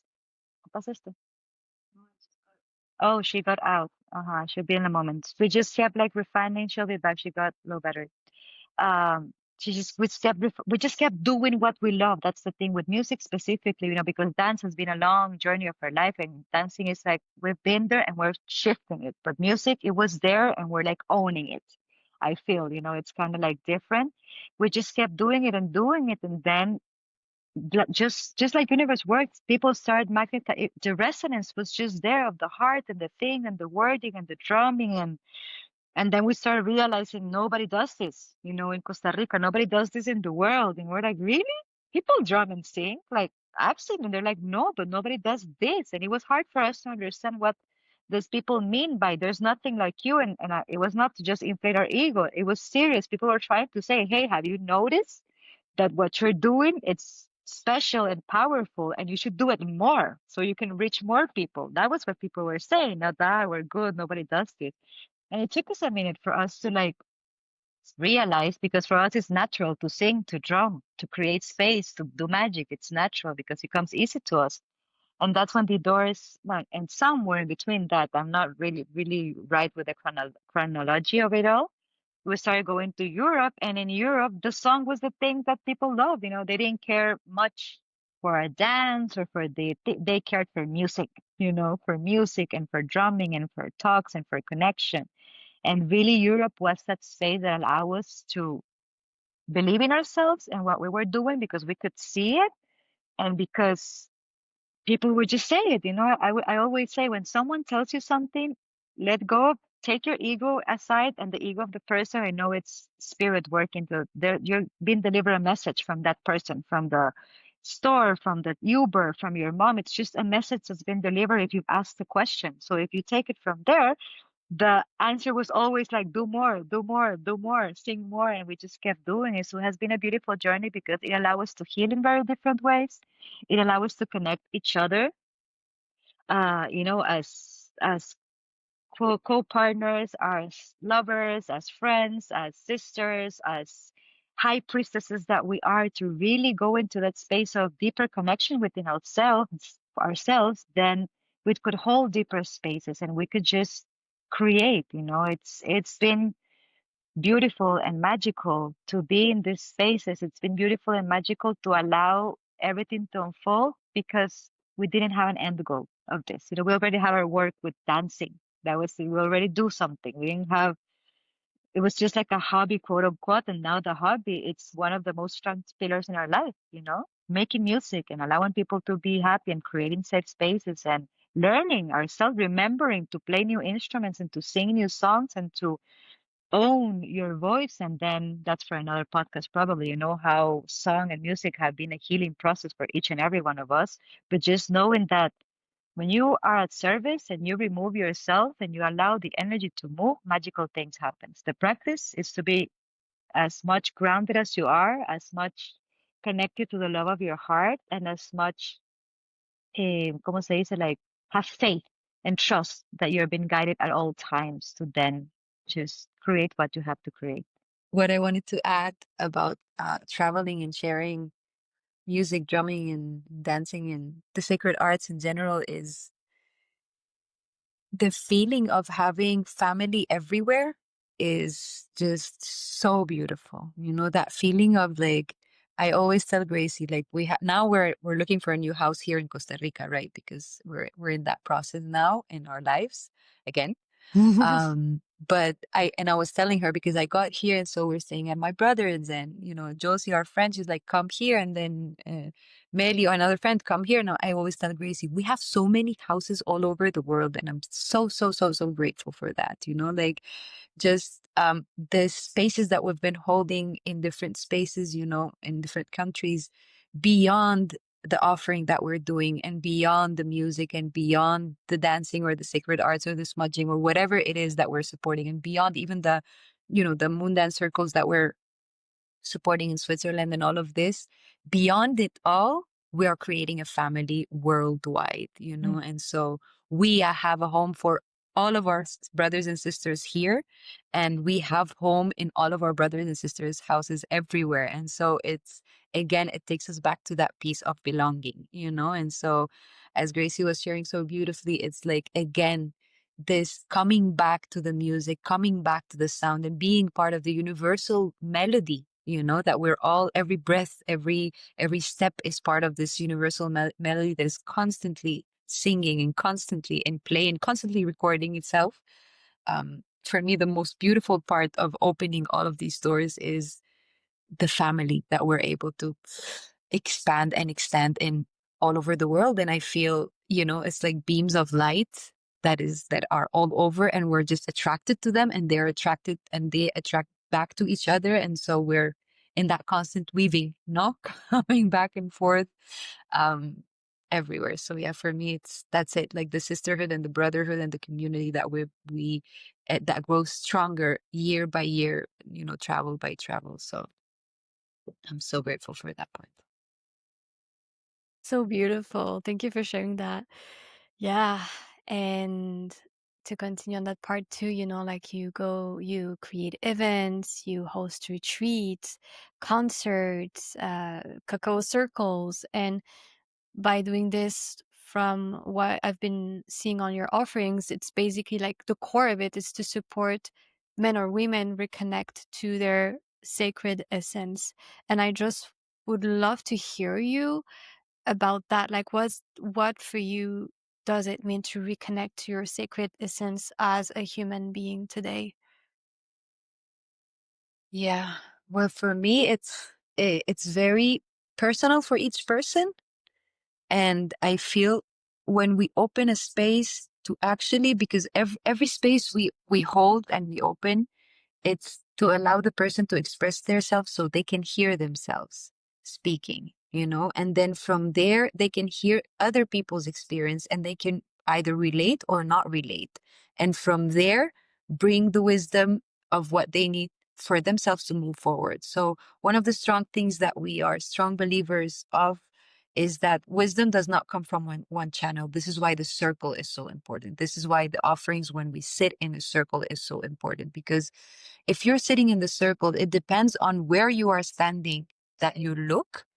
It's a completely new story that is a movie, let's say, that you're looking at, like when you go, for instance, let's say you go to a theater, you're watching a beautiful performance, whatever performance you want. It depends on where you're sitting.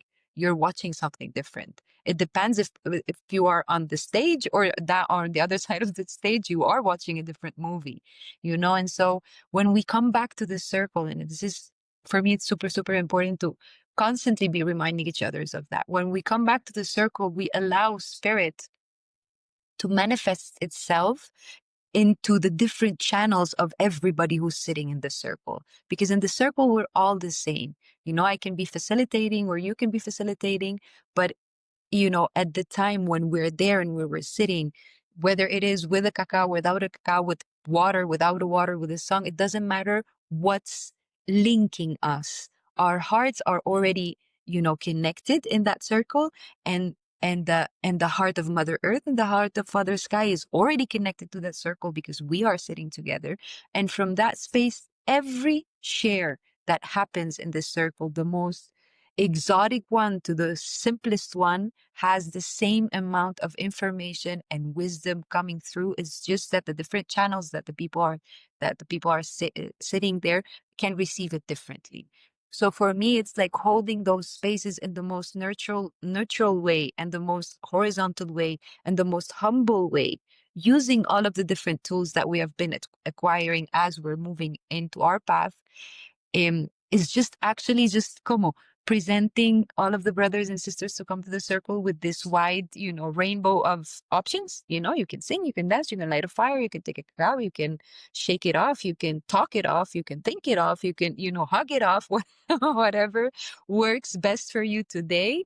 It's good, and so holding that space for people to just acquire whatever tool they need for this moment in their life, so that they can keep going for their next circle and their next experience and their next sharing and their next concert or their next whatever experience they're experiencing in their lives. So I feel I cannot like pinpoint of what is, there's not one message that we give in those circles. It's the message that comes through that day, with the energy of the people that are converging in that circle, with the energy of the land where we are sitting, because it's so different. Even at Sweat Lodge, like the Sweat Lodge is like, okay, it's the same like technically speaking, it's the same steps, right? Of a sweat lodge or a concert. Technically speaking, it's the same steps, but the land where we're standing is different. The people who are coming to the circle is different. The way, the moon phase where we're at is different. How the all, how the planets are aligning in that moment and that they are different. And so the information that's going to come through is going to be different, and it's going to be very specific for the people that come to that space, to that circle, to that concert, to that sweat lodge, whatever it is that we're holding. And so just allowing ourselves to be completely versatile in that, so that spirit can do the work, not me, not my ego, not what I think I should be doing. So we always say like, okay, we do a program, right? We're like, oh, okay, like, so the opening circle, so we we do a draft, and then when we're there, everything shifts because it depends on what we're being called to do. And so this has been something that we've been evolving also in, and strengthening the faith, so we can actually hold a space from that space, not from what I think would be good for the circle or what I think works because it worked for me last time. Like, we don't duplicate things. It's always different, if it makes sense. See, I want to add that, see, we've tried duplicating without duplicating and it doesn't work. Every time is different and it's fun. Again, being open to change, to shift at all times, every second, I think for me, for both of us, that has been like the constant practice, since all of this happened. Like, you're changing and it's okay, sometimes the song, the rhythm is different, the voice is different, and I could be like, my voice is like, it's like, halas, it's just different. Don't judge it. It's just different. Go with it, or sing another song, or like put them to sing. Like, just find a way, don't get stuck on the problem, quote unquote, but find the solution.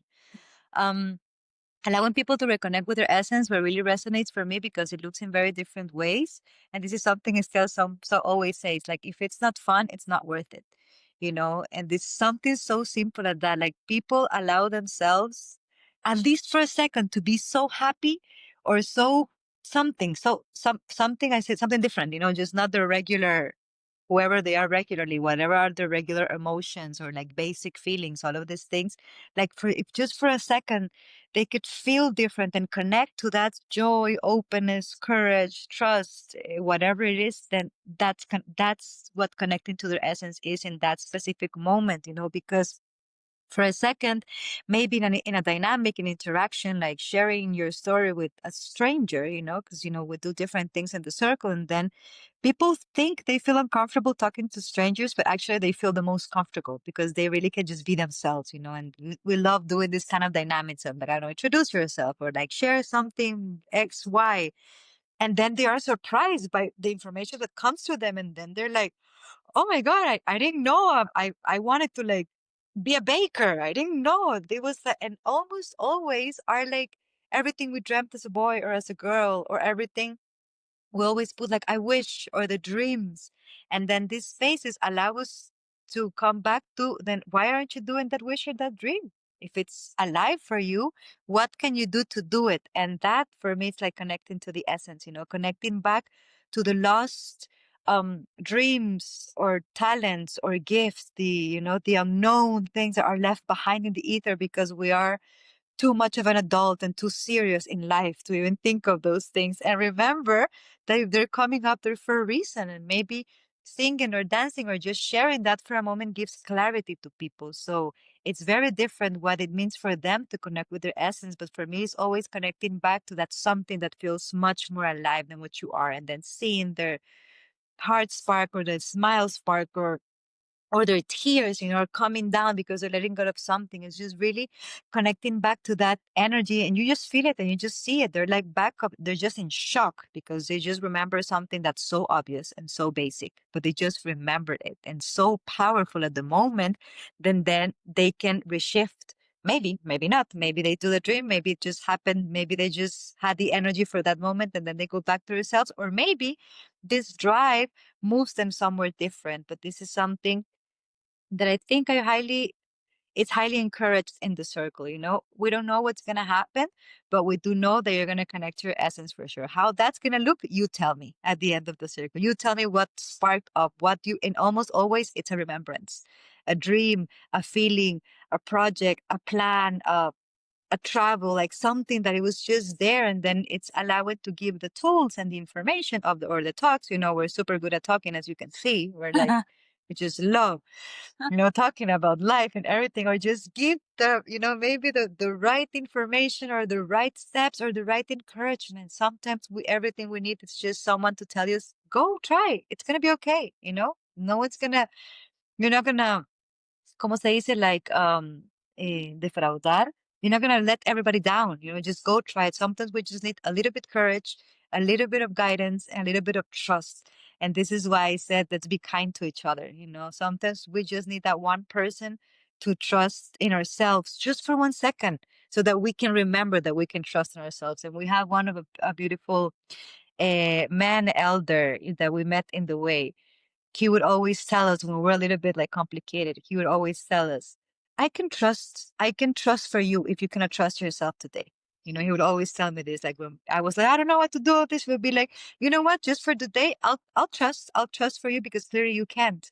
But I'm gonna trust for you today so that tomorrow you can remember to trust for yourself. So I'm gonna hold that for you just today. And something so kind coming from a grandpa of like, you know what? It's okay. Cry, be crazy, uh, feel like the world is against you. I'm going to hold that trust for you today so you can remember tomorrow, was something that just gave me courage, for the next day to be like, you know what, grandpa, I don't want you to hold my trust. I can hold my trust. Thank you. Give my trust back. I can do it. Sometimes we just need that other person to trust in ourselves, to give us this push, the right container, like we keep saying, the right circle to really allow this energy to move. And then whatever that person wants to do with this information, that's where the free will comes in. You can do all the magic or nothing at all. And whatever it is, it's going to be perfect because that's your own personal process. And in the end, life goes in spirals. So if we don't do it in that spiral, it's going to come back or go up and go down. So yeah. Hmm. The good love of a grandpa. So precious. Yeah, right? He's amazing. Oh, sweet. Yes, and I also love that you are bringing this aspect of play in your work that you share to others. It feels so warm and playful and joyful, and I remember these moments. I had the vision coming back to me when I was sitting in Sweat Lodge. I mean, the vision, I didn't see anything in the Sweat Lodge, but I was in the dark, but I remember this moment with you and you were leading the Sweat Lodge, and it was so like, so, less serious in some way and more fun. And sometimes I feel like in different ceremonies, we tend to think that it's supposed to be so serious, but actually play is such incredible medicine. It connects us to our heart and to our inner child. And I just remembered this quote. I listened to a podcast and I don't remember who said it, but they say the creative adult is the inner child that survived. And yeah, it came to me when you were sharing this, of course. Like it's all about tending to the little girl, the little boy inside of us as well. It's so important. So thank you for sharing that piece. And yeah, I feel we can gently wrap up our beautiful, inspiring conversation. And I would love to ask 2 questions to finish that. Do you have first any offerings or upcoming events that you would like to share with the people here on Remembrance Podcast? Yes. Well, if you are in Costa Rica Or in America. or in America, see, Yeah. I mean, say it. So in Costa Rica, we have our like center in the city where we hold classes for dancing and percussion. Our And that's studio temple. our studio temple. And then we're also holding gatherings every month in our house. And so those are like just como circles, and it's a different experience depending on the energy of the month and the day and the everything every month. So we are posting this constantly on Instagram. And then we actually have upcoming in San Diego. Yeah, we're going to be holding, California, San Diego. yeah, we're going to be holding space with our music and our dance and a cacao ceremony also within a retreat that's going to be happening there with Mariko, a beautiful soul priority retreat that's going to be happening on the 15th of October, I think. Yeah. 16, 17, 18, that weekend, Mhm. 4 days. And then we're going to be having a concert in Mexico.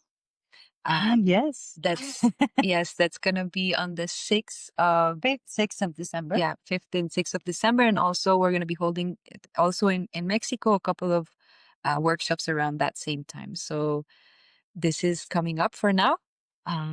Right? And also, so we just got back from a 2+ months from Europe traveling. So we're like grounding ourselves back Yeah. to Costa Rica and kind of like getting back. I'm like, oh my God, where were we? What's happening? Like, what is it that we, where did we live? Where did we start?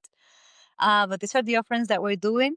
We're really working and intention to create our platform more functional so that we can give more online courses because there's something that people, because we're in touch with so many people from, all over, luckily, so that we can offer online gatherings, classes, drumming classes, circles, like just more offerings. So we're also working in that. So if you're listening to this and you're like, oh, I want something, you can reach out and we can create something specific and personalized for you while we'll figure out the whole virtuality platform thing.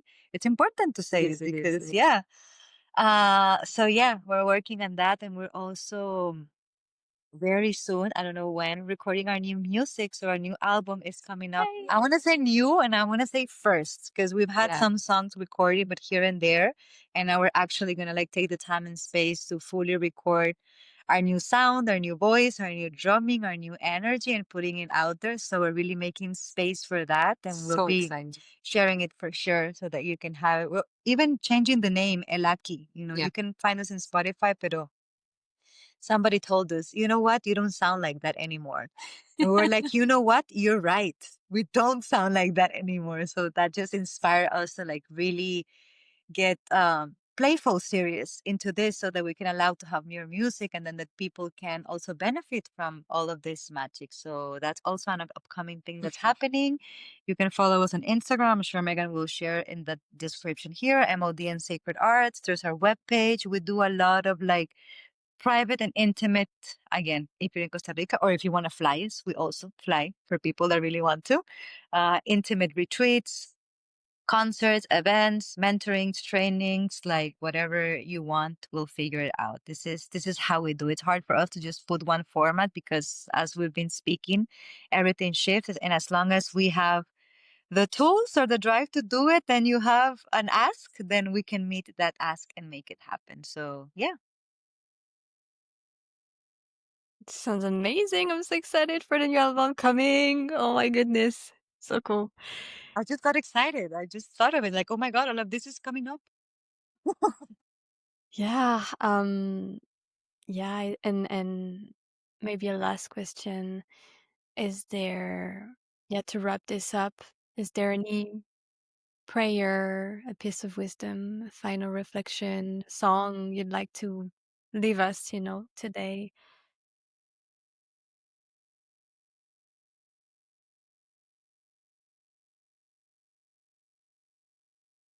Me, it's just vibrating so totally and completely in gratitude. Gratitude for you, for the space, for us, for the universe, for the planet, for everything that we are able to create when we say yes to ourselves and when we say yes to receiving, to playing, to being fun about it. Um and yeah, for me it's just infinite gratitude is what I'm feeling at this moment. And something I would would just add to all of this is like thank you for the reminder of once again, keep it fun, stay kind, be grateful at all moment and just play, play, play, play, play. So yes, that's like what's resonating for me now. And thank you so much, so, so, so much, Megan, for opening this space, for allowing us to hear ourselves also, to listen Yeah. to each other, to listen to you, to receive all the wisdom that you are holding within this space also, and for all the work that you're doing. And I just pray for this podcast to expand and to get to all of the beautiful hearts and souls that are ready to listen to these messages that you are able to channel through this space, and to all the beautiful brothers and sisters that are coming into this space to also share their piece. So, gracias. Thank you so much.